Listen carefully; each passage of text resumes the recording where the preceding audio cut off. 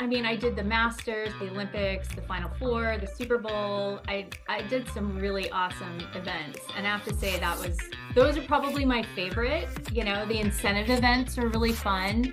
Sports Illustrated used to have this crazy party every year. It would be the party to go to during the Olympics. Welcome to Uneventful, a podcast where we pull back the curtain on the world of events. Join me weekly as I speak with people in and around the industry about their experiences. We talk about turning chaos into calm, diva behavior, take your breath away moments, and those bonkers instances that even the most seasoned pro could never plan for. Event planner is consistently listed in the top 5 most stressful jobs. These chats will illuminate why that is and why, as my friend JJ says, it takes a special kind of a-hole to work in events. We're getting a ton of different perspectives from graphic designers, AV and tech gurus, to stakeholders and the folks running the venues. We're spilling the tea and laughing hysterically. Okay, y'all, let's pull back the curtain. It's showtime. In 2020, when the world shut down, obviously, people weren't doing events. There would be no gathering. So I took a job in a grocery store, and which I loved, by the way. And later that year, my friend Larisha said, "Hey, I'm at this company called Cello. I think you'll really, jibe with the ethos here. There's an EA role open if you'd be open to that." And I was like, "Heck yeah, girl." So I interviewed and got that role. And then a few months later, the world started to open up again. And so I eventually took on the role of head of global events. But I was still also the EA to the founders. So I was doing double duty, which was a lot. And so I did this huge week-long event in Paris. And after that, I knew I was not going to be able to manage more events and the EA role by myself without having a nervous frickin' breakdown. So I called a good friend and former colleague, my friend Karen, to see if she had any contractors with availability who could help me with an event or two while I was straddling these two roles and before I could really take a breather and build out a team. And she said Kari had some time, and after working together on one event in New York, I asked Kari if she would be interested in being poached for a full-time role. Didn't go over well with my friend Karen, but it worked out really well for me. Kari is a master project manager. She knows how to keep a team on task. She's fantastic at logistics and super organized, and she's a really lovely soul. She has been doing events work about as long as I have, so I'm sure she has a ton of great stories. Hi. Hi. Thank you so much for being here. I'm so excited about this conversation. I mean, I think we could do an episode alone just on you and I working together for, what was it, like a year and a half, 2 years? Right. But why don't you start with your origin story? Okay, well, I was going to school for film in San Francisco, and I just graduated and got a job working for a company that did they did sponsorships for major sporting events, and I started out as a receptionist and then started working on the events, and so that was my foray into events. Yay. And is this, now I know a little obviously of your backstory, is this where you had some of your Olympics Yeah, experience? Oh, yeah, I'm so yeah, excited. yeah. So did you stay in San Francisco? So I was in San Francisco with them, I think for about 5 years, and then they transferred me to Salt Lake City for the Salt Lake City For the Olympics. Olympics? Yeah, Oh my gosh, how rad. What so that was winter, obviously. yeah. What did you work for a specific team or specific sponsors? How did that go? Yeah, so it was for the US ski and snowboard team, and it was for their sponsors. So we brought their Oh. sponsors to the Olympics, and they had different waves. So they would come in like every 4 days. And, on the fifth day or fourth day, it would be a new wave of people coming in. So they were the sponsors, but they were invitees of the sponsors. So Oh. we had, who was it? AT&T was one, and like Chevy was a sponsor. And so we had all Oh. Chevy vehicles, and yeah, there were definitely different sponsors for the US ski and snowboard team that would come Hmm. on. Awesome. Did you get good, like, super rad, like, Patagonia jackets or anything? We had Spider. Spider was the, Oh, yeah. Oh my yeah. gosh. So And that was, cool. I think that was the year that they had the berets too.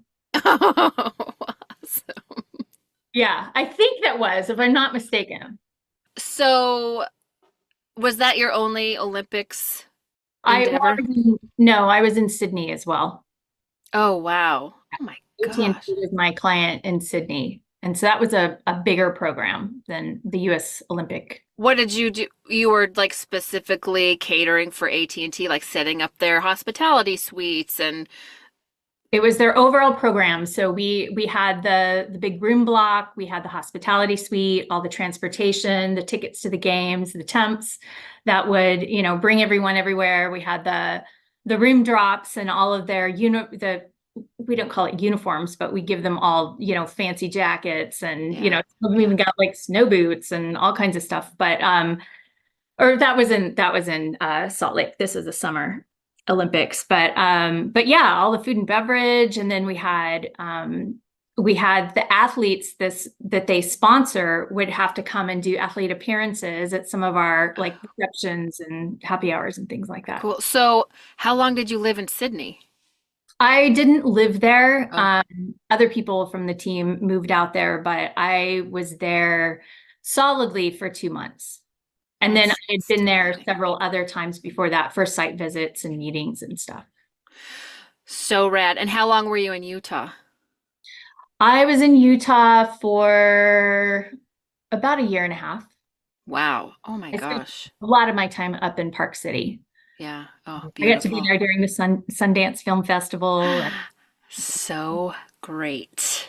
Oh my gosh. I mean, I'm just thinking about the people in France right now who are dealing with all of this and all the Olympics brouhaha. oh yeah, well, people come in and they move there ahead of Yeah, time. right. Of Uh, course.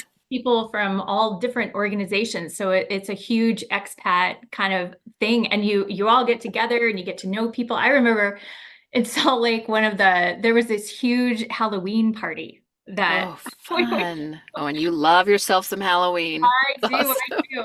I, yeah, yeah, that was a blast.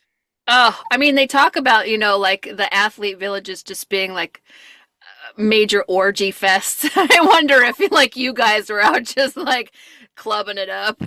We're having our fun too. Okay, well, do you have any like bonker stories of crazy athletes or sponsor people or I mean, there have to be some good stories about. Well, I know that there used to be, so Sports Illustrated used to have this crazy party every year. It would be the party to go to during the Olympics. I mean, and they had like the pedestals with the go-go dancers and the cages. And it was just, if Oh. you got a ticket to that party, you were stoked because all the athletes were there. And it was just like movie stars were there. It was a Was blast. that at the end? Like, how can athletes party like that if It they was have towards to the go? end. Yeah, okay. I was gonna say, like, you're pissed if it's the beginning and you're like, oh, I can't go to this super rad party because I Yeah, have to continue training and then right. compete. Wow. Um, well, did you go to the Sports Yeah. Illustrated party? Yeah, I went to the one in Sydney. I didn't go to the one in Salt Lake, but yeah, that was How fun. I mean, listen, we're we'll talk about this forever, and this will probably be talked about on every episode, but working in events is not as glamorous as you think. That's just a freaking perk right there. Like that is without question. Like I bet probably 90% of the people who you worked with didn't even have the bandwidth to go or were still working and couldn't go. So like that is an anomaly, people. Just so we're clear. Not everyone gets to go to the super rad parties while you're working. that is true. Yeah, Yes. yeah. Now, what is there a favorite type? I mean, I would assume like working on the Olympics is probably maybe one of your favorite experiences. Yeah, I mean I did the Masters, the Olympics, the Final Four, the Super Bowl. I did some really awesome events, and I have to say that was those are probably my favorite. The incentive events are really fun, Yeah. but you can't help but wish that you were on the other side of it. Yeah. You were getting chartered in a plane to go someplace awesome and, got all the dinners and all the parties and all the room drops and Yeah. Yeah. I mean, it's still kind of, for me anyway, it's still kind of an electric feeling. Like, like I worked on the Obama campaign and like every 4 day, like we were at a rally and while we're at the rally, they're sending our new slate, like, and you have to leave in 40 minutes to get on a plane to go to Grand Rapids, Michigan. Like, but you're exhausted, but it's still kind of exhilarating and fun.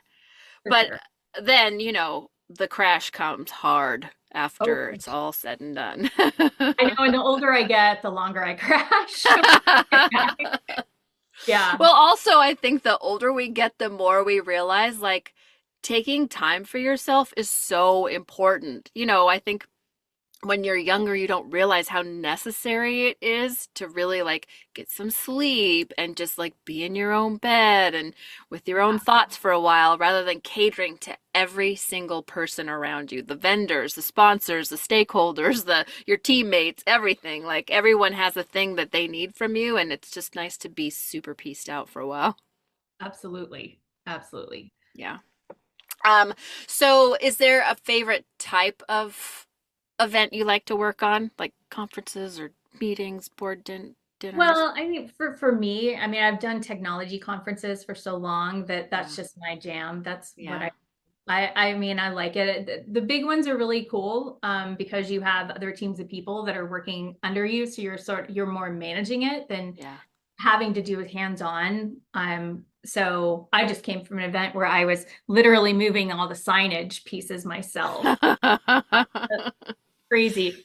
But I liked it better when I was overseeing Right. all the You're the work. logistics lead, not Right, the. right. So then let's talk about that because so then you went to Texas, but eventually you found your way to Seattle, and that's how, like tangentially, I know you as the Microsoft world.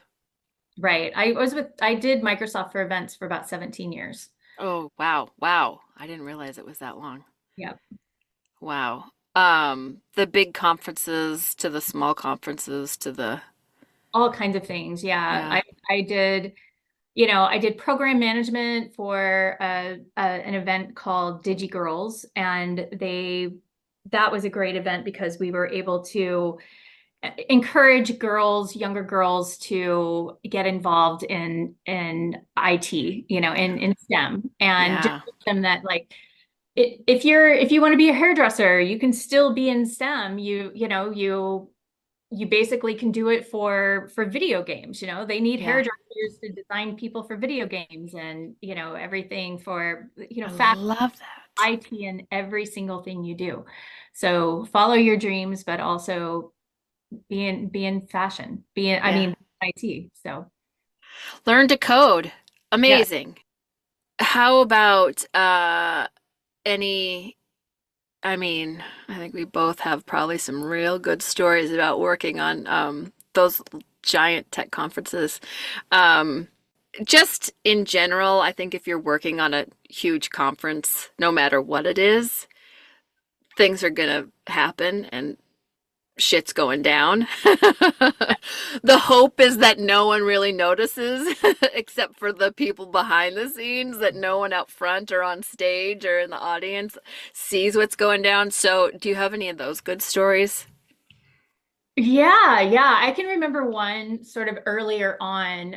We had a conference. It was on campus for a client, and it was spread through the campus. It was an internal event, and we had all of the conference rooms and all these different buildings everywhere. And my role, well, aside from food and beverage, I was also doing temps. And we had temps spread out everywhere. We had this teeny tiny little office, and we had our radios and our cell phones and our computers, and we had these snack bags. We had to do snack bags for all these people. And then of course there were a ton of people that had all of these special dietary needs. So we had special dietary snack bags, and we had to For do the that attendees or for the for the crew? attendees Oh, because they were spread out everywhere. And oh, a lot of these conference rooms, you can't put a food and beverage buffet outside because they're in oh, the building where people are working. So just yes. there's so much entitlement in these this company that people just think that they can, even though it's just in the hallway, it's for them. They can all have Yeah. it. So we couldn't have it a lot of times in the room. So we just did snack bags. And I remember getting called, it was like building 33, snack bag, snack bag. So we'd have all these temp runners running with cars to deliver all these snack bags because, there was somebody there that we didn't know about. That if you Oh. can imagine, these people are in like 30 different buildings, and you're trying to track them with their dietary needs to give them, but they move around to the different buildings, and then and then everybody needs a snack bag. Oh my And so gosh. it's just, I mean, to this day, all I have to do with some of my friends that I worked on that event with is say snack bag. And everyone has PTSD and starts Oh crying. my God.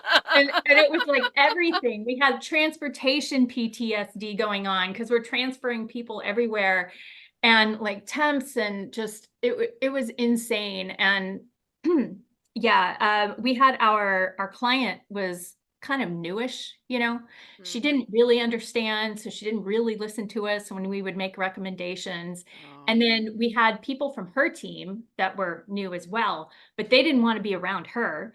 And so we had this teeny tiny office. They would escape from her and come into our Oh. office, sit down on the floor and work. And we couldn't, like, we just wanted to talk, Right. You could be talk shit, open. right? You can say Talk, it. we wanted to talk shit, and we couldn't because they would come in all stressed out, and we're already stressed out, and they're stressed out, and we didn't Right. need them in there. But it was just the craziest event. And Oh my we gosh. all, it's trauma bonding, Yeah. Oh you yes. go Oh do my it. God. That And after is, that, I always forget about that phrase, trauma bonding, and I think that is so apt to describe how people come together who work on an event, or like a really stressful event. There's definitely a trauma bond. yeah. Oh my gosh, so good, so good. I have one story about um doing an an internal event as well, but in a different venue, where all the groups were in this one building, and we had a lot of like back and forth with the fire marshal. Could we do this? Could we not? How many like booths could we put up? All the things. This group wants to do this crazy ass thing with their space, whatever, blah blah blah. So event day, great, all wonderful. Um, One of the products has more budget, so they've like blown this thing out of the water, and their booth is huge or whatever. And we have like, I don't know, 7,000 t-shirts that we're giving away.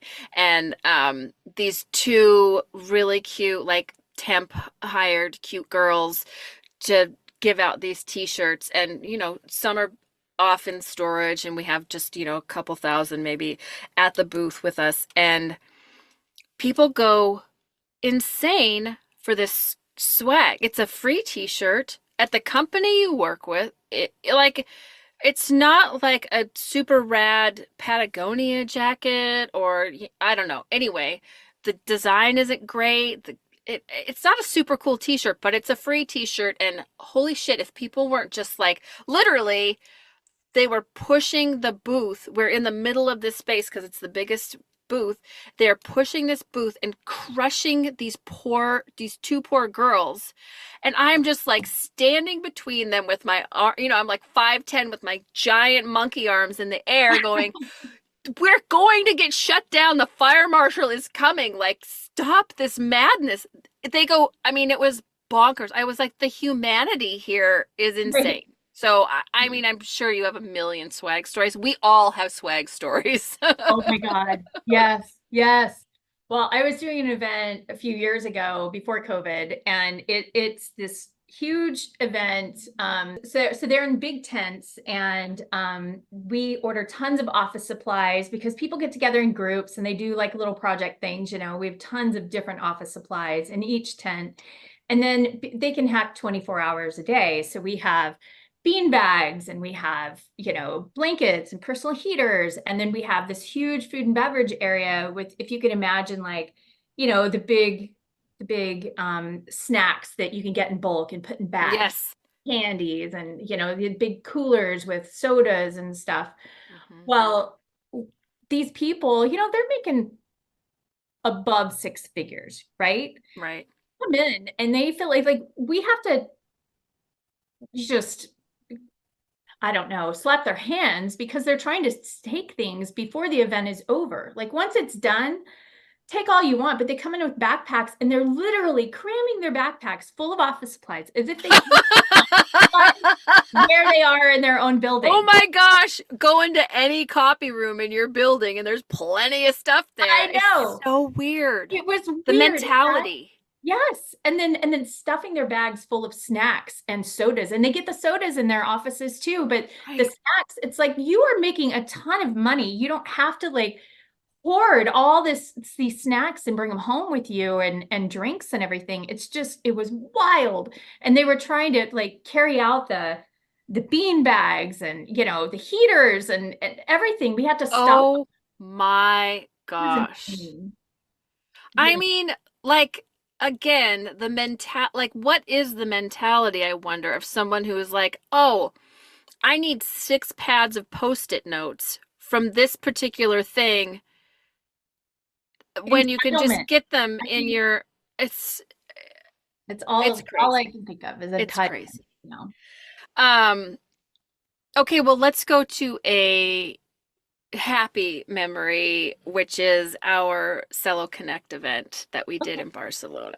I guess my point to pivot to this is that those attendees were grateful for So happy. everything. They Mhm. were, I mean, so many people came up to us and said, I've been to a lot of conferences. This is the best conference by far. Like, there is a difference between, I just want to bask for a moment in the glory of attendees who are grateful for an experience. Right. And I really feel like that was one where, Yeah, well, it was smooth in terms of like the transportation was good. The food and beverage was amazing. yeah, They really had good food at that event. And it was smooth, like everything ran on time for the most part, yeah, yeah, The lighting was beautiful in that space. It was yeah. I so, mean, and the furniture, like all of the way that you wanted all of the sponsorship areas set up, yeah. really. And even just like we didn't really have any hiccups with like streaming people in from the United States for their sessions, and like we had Chris Dixon on, and it all worked out really well. I thought um it was just so nice to be in a space where everyone from attendees to stakeholders to sponsors were really like in such everyone almost was floating around. And then the after party was kind of baller. Yeah, that after party was baller. And also, I think like I love to do an event outside of the US. I love working with global vendors. I love getting other perspectives and like seeing what they do and how they do it, and like riffing with the people on the ground in the cities that we work with. I love that. Yeah. Yeah, the event we did it for Wild Mind in Paris was good in that way. I mean, the signage vendor was lovely to work with at Yeah. least. Yeah. Um, Yeah. and the plant people we chose was they were he was great, but the people that Oh, we talked with before that, oh my gosh. the estimate, Thankfully, I mean, not thankfully, because I probably would have like come unglued. I think I did end up she left a comment yeah, uh I think Well, on the Wild Mind LinkedIn page or something, and I was like, oh, shut it down. so just because we turned her down and worked with someone else, it was like breaking up with somebody and she was not having it. She was so mad that she didn't get the business and that Wasn't she difficult to begin with? she was, yeah. She didn't want to give me an estimate because she wanted all of the details for every single thing. Like it had to be, we had to know everything perfectly before she would give us an estimate. And that's part of the reason why she didn't get the business is because we needed to move. We Right, needed to know how much it was going to be so we right. could move forward. And the other vendor was really, great to work with and Oh, just get us I answers mean, right away. Alessio is, I mean, if you are in Paris, Alessio is amazing. He has right now, I don't know, I think it's a pop-up, but they might be going like full time in Le Marais. It's called Caio, I think. And it's a flower shop slash cafe. He is a brilliant floral designer. And I worked with him the year prior on some other things. He's a friend from Davos actually, or he lives in Geneva, but anyway, he's just a lovely Italian man living in Paris who just knows floral and is amazing. And but you worked with him. Like I just know him from Peter, but you had the great fortune of working with him more closely. Yeah, he was so easy to work with. I told him we want lush plants and we needed three different sizes and, Really just so lush and beautiful. And he's just, and that's what I like about working with vendors is like saying, okay, here's what I'm thinking. What do you think? What do you have? What are your options? And um that's what I really like is like riffing with the vendors and getting their right. take and And they probably love that too. They probably are usually told exactly what that is needed, but they probably like working with someone, right, to come right. up with answers. So Yeah. yeah. Yeah. Remember the AV guy Joel, who said to me, he was like, Miss Sandra, what did he say? Something like, you're very demanding, but you're a joy to work with, or something like that. You know what you want. I mean, listen, I want what I want, but I'm always gonna, like, you're still like another human being. I'm not gonna berate you or whatever, but you promised me this, you better fucking have Right. it. Or explain to me why you don't, and then if I don't need it, then you better mark down my bill. Um, that party at the top of Tao, very first event we worked on Oh yeah. together, that Yeah. was that was And crazy. all the people trying to get into this crypto party.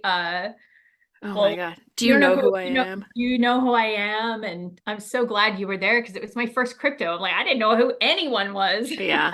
Yeah, I didn't know who many of them were, but you don't like that is such a no-no for me. I don't care who you are. Like if there's no space, you're not getting in. I dealt with that the very first year we were in Paris before you were there and we had this huge party. It was like the party to be. No one, people were coming and like, you guys got to get to this party. But if you weren't on the list, you couldn't get in. It was a whole situation.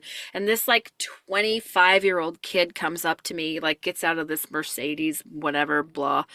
And he's like, I said, you can't come in. And he was like, do you know who I am? And I said, frankly, I don't know who you are, but I cannot expand the walls of this building. You are not getting in there. And he was furious. I'm going to call so and so. And I was like, great, call them. I still can't expand the walls of this building. And he was like, people just don't understand. I don't care. I'm not here to serve you. I'm here to serve the client and the what's going on. I don't know. I don't love that attitude. So if you are one of those people and you show up at my door, I know how to throw elbows. I've done it in Davos. I've kicked out a lot of in their minds, important people.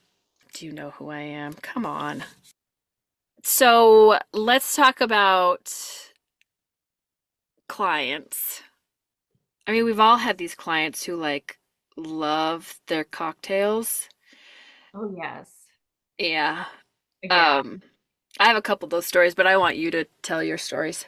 Well, we had one, and this was at the Masters, and at the Masters they rent out houses and that from people who live there, and then they usually have like one house that is like the hospitality house. It's usually the biggest, nicest house, and that's like we were staying at that place because that's where all the events were hosted and so forth. There's a big pool, so we'd have poolside receptions, and this person was she, she was I mean, she was nice, but she was really demanding and persnickety. But then she got her drink on, and you couldn't. It was I could tell that other people who worked with her were just like, oh no, she's drinking. Oh no, that's a But red flag for yeah, sure. but she actually fell by the pool and hit her nose and broke her nose, and it was kind of, you know, Did you have to call an ambulance? I'm sure that was bleeding. yeah. It's been so long. I don't remember exactly what we did, but I know that she didn't come back. Oh, From her, I think she stayed in her hotel room until she had to fly home. So, yeah. That's probably for the best. yeah. And I was on an event recently where some people came that were new to the company, and they were just supposed to be there and just check things out, see how the company was and everything. And this person got real, well, she was kind of out there, kind of loud and boisterous, but she drank a lot. She was flirting with the guys. And then I remember coming back, and she was taking drunk pictures with another woman who had just started by the fountain in the hotel lobby, like super drunk, Oh, little and wobbly. wobbly, and she's wearing a little dress, and it was yeah. It's like you don't do that when you just first get hired. Yeah, yeah. I mean, I had that one time with someone I had hired, and I think they just were so enthusiastic about being on the job, and they got really, not during the event, but they got sloppy after the event, and we were at dinner with the client. I mean, we were all drinking, like, don't get me wrong, but it was noticeable and not great. And I felt responsible because I hired the person and it was this whole thing.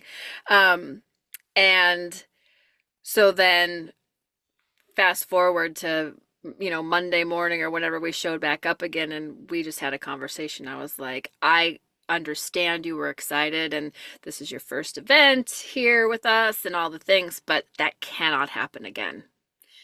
Do not allow that to happen again.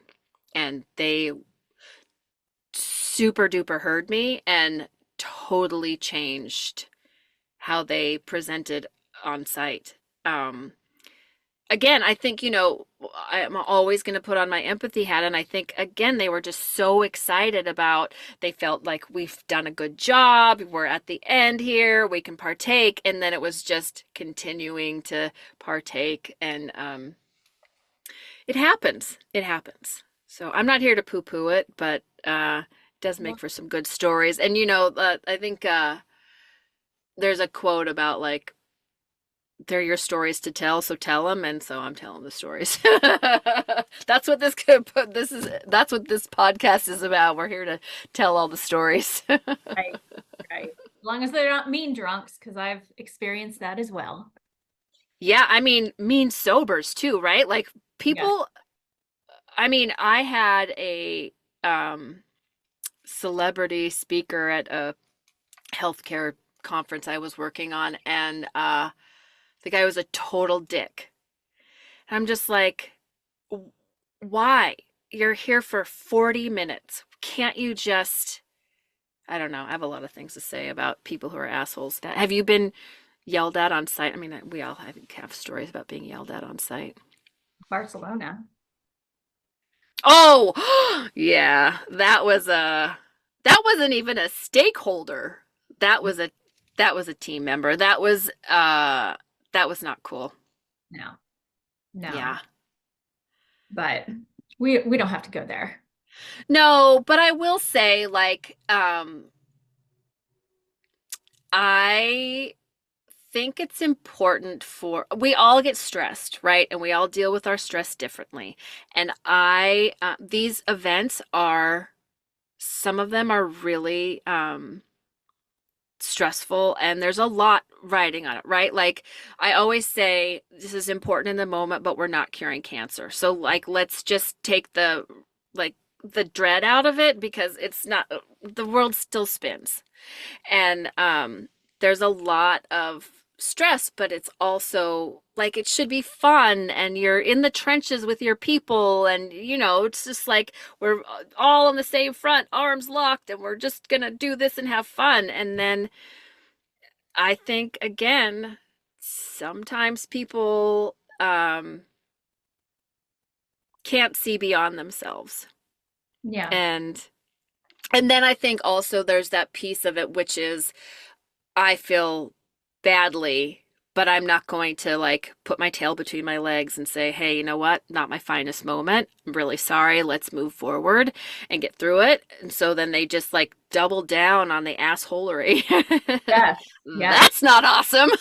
No, it's not. It sucks being in that place when, you're working with a team of people and you get someone who is a jerk and has decided through nothing that you've actually done. It's just their own insecurities. Right. And because of that, they stick to it, and it's not a great feeling when you're working on a team. No. And another one, I have a million mantras, but one of them is same team, same goals. And I really feel like I like to hire my people, especially people I've worked with, knowing that they have that same mentality. Like we're not always going to agree on everything all the time, and yeah, they're like it's stressful. So there are going to be some spats, but we're going to say, you know what? Not my finest moment. Let's move on, and we're going to get through it and laugh again together. But there are some people, and you hit the nail on the head. Like this comes from insecurity, so it's not about you, but Mm-hmm. it's directed at you, which feels personal and ugly and gross. And it's just people just put your tail between your legs, say, not my finest moment, and I'm sorry, and move on. Like, oh my God, that's so easy. I just did it. Now, granted, there's not a reason for me to tuck my tail, and it gives you some anxiety and all the things. But anyway, I digress. Okay, why don't you tell me what you think people misunderstand about event planners or working in the events world? Um, let's see. Well, I think they think that it's glamorous and that, you get to travel. But I think what they don't understand is that, you're not going out to dinner all the time. You're Yeah. eating food, and sometimes it's not very good, Or you're And in your hotel room eating crappy room service, sitting on the floor putting together name tags or whatever the thing right, is. right, right. Or you're working in a venue that is it's a conference center, but it used to be a parking garage, and there aren't any Oh, anywhere, and you're there for a week straight, and you're there for like, sometimes on the high end, 16 hours a day, on the low end, 12 hours a day. And with so no you daylight. have That's, no daylight. I oh, mean, you yeah. do get daylight occasionally when you walk through other parts of the building, but I mean, Yeah. also you're walking like, depending on what your role is, like 20,000 plus steps a day. Yeah. You're hitting it all over the place. So you're busy, you don't have any sunshine, you don't have the greatest food, and and then you get to your hotel at night and you have to wake up and be someplace at like 6 a.m. And so you Yeah. can't go to sleep. Right. And you're not sleeping in your own bed. And Right. so, you'll have a You're couple, afraid you're going to miss the alarm. And so you're just like, right, even if you do, like, you're just at the very tippity top of sleep. There's no deep sleep in that. right, Like a right, cat nap. right. Yeah, I agree. I think, the whole reason I started this podcast was because anytime I tell people what I do for a living, they're like, oh, that's so exciting. And I'm like, it can be, but it's also stressful and chaotic, and people don't show up for you when they say they will, and people yell at you constantly, and like employees and attendees and stakeholders and everyone feels like this sense of entitlement or like you're not doing enough for them, and when really deep in your core you're doing everything you possibly can to make this amazing. Like, who's half-assing their job? I don't want to work on that team. I don't want you on my team. But man, oh Pete, but yeah, did we spend some lovely time in Barcelona? Yes. Have we spent a couple of lovely weeks in Paris for the last couple of years? Yes, we have. Glorious. But Oh, also, it's hard fucking work. yeah, absolutely. Yeah, I have no complaints. So honestly, especially the last two times in Paris. I mean, Yeah. yeah, I mean, honestly, uh, not to toot my own horn, but I do think like my whole persona, the way I move through the world and especially at work is that it's stressful, but I'm never taking anything so seriously that we can't have laughs. Like I don't think I've ever led a meeting where there wasn't laughter, and I just don't want to work where there isn't laughter. And so, I think you can maybe hopefully attest to this. Like, if you're absolutely. working with me, there will be laughter, and it's important work what we're doing, but again, we're not curing cancer, but it's important. Yeah. And Paris is beautiful. And Barcelona, forget it. Like, if I spoke Spanish, I would probably move there Oh yeah, tomorrow. I'm with you. Yeah. That is beautiful and clean. People are Yeah. wonderful. Oh my gosh. I mean, I'm going to go on a tangent. Who knows if this will get in there, but Barcelona, like I remember seeing um people like cleaning the top of the street lights and Yeah. thinking this is why, like, Barcelona is beautiful and um clean because people pay their taxes, and those tax dollars go to keeping those cities beautiful and clean and pristine. And like wiping off the top of the streetlights is not a glam job, but it's necessary, and it just adds that element to like everybody taking pride in where they live. Yeah. Well, I remember being in the Gothic quarter, and Oh yeah. they have their, because it's the streets are narrow, so they have their trash men that are going through there, and those guys were like superstars. People would clap for them. They were in Love these it. awesome outfits, and they were good-looking guys, and they did a good job with a smile on their face, and everybody's like, "Yeah, I'm sure some people that live there are like, I would love to have that job." You know? Yeah, yeah. Yeah. I mean, honestly, I just think, yeah, love Barcelona. Yeah. Love it. I mean, I love Paris too, but man, I got to get back to Barcelona, Spain in general. Yep. Okay, well, I've taken a lot of your time and I really appreciate it, but I do have some lightning round questions. Are Okay. you ready? Right. Okay. Um, so if you had budget to blow any aspect out of the water one time at an event, what would, like, super rad DJ or like food and beverage or decor? I know you're a plants person, but that's a lot of money on plants. It's really hard, really hard. I do think catering would be amazing, just to have an unlimited catering budget and to I have mean, amazing top shelf catering and cocktails and, yeah, just yeah, over the top. That yeah. would be amazing. Yeah, I think food, I will say, you mentioned the food that we had in Barcelona at that conference, and everyone was like, "Oh my gosh, this is the best conference food I've ever had," whatever. And then, when we get back, and one of the comments from someone internally was like, "We could have saved money if you'd had different food." And I was just like, "Actually, this isn't the US. The catering budget was really nominal compared to the rest of the, like, don't talk to me about the budget." Right. But no, I agree. I think food is And in fact, my conversation with Larisha, she said that food is like if the food isn't good at an event, she'll Yeah. bounce.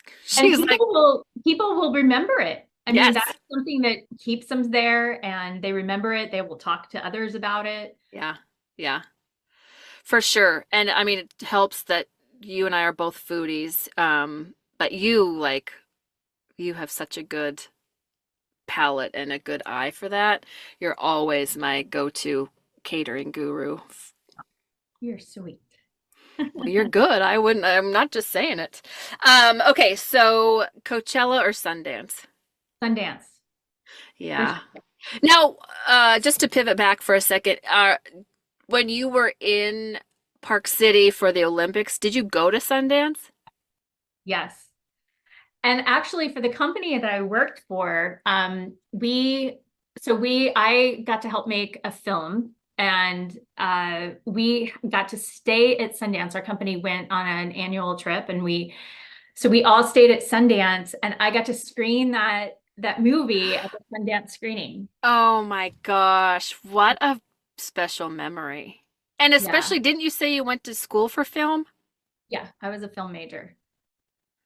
I Yeah, mean, that was really awesome. But I did get to go to Sundance as well, and that was cool. Yeah, some of the parties were crazy. oh, I'm sure. Yeah. Yeah, and the people that would go there, the people would go to Sundance, obviously not from there, maybe California or something. It was 0 degrees, like you would breathe in and your nostrils would Oh, stick to each other. And these girls would show up in these like nothing there, like halter tops and stuff and yeah. short skirts, and you'd be like, what the hell are you wearing? Fashion over function, mama. That's what they're For thinking. sure. I Yeah. used to be that girl, not quite to that extent, but I would like 4-inch heels and like totally impractical in the snow, just like, no, these are beautiful shoes. I'm rocking this. So much ice on those sidewalks. Yeah. Oh God, youth. And then is there an event or a festival or something that you would like to work on just one time?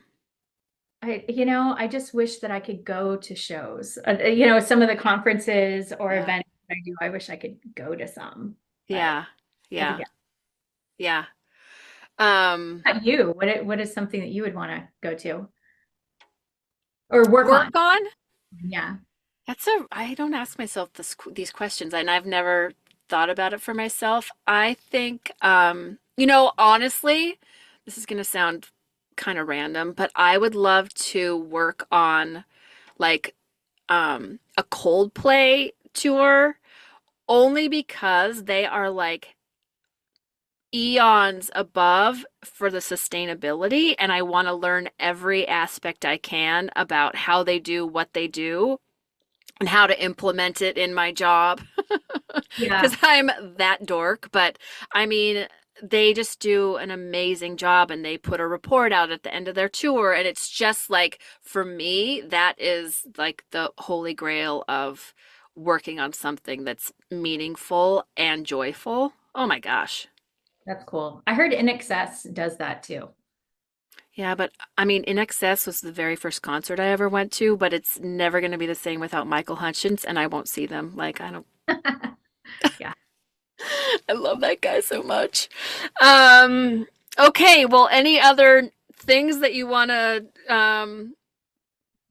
chat about before we say goodbye? And you'll definitely come back because I know you have more stories, and we have more stories together, and there's just a lot to be talked about. I mean, honestly, I could record an episode a day. So, you for sure, I would love to have you back if you're willing. absolutely. Anytime. Oh, you're the best. Well, thank you. Thank you. Thank you. Thank you so much for listening to Uneventful. I hope you enjoyed the episode. Please make sure to subscribe to Uneventful wherever you listen to podcasts. Sharing and rating will help others find us as well.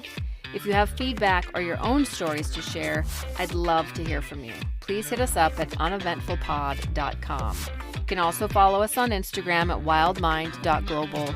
That's WYLDMYND.global on Instagram. The details are in the show notes.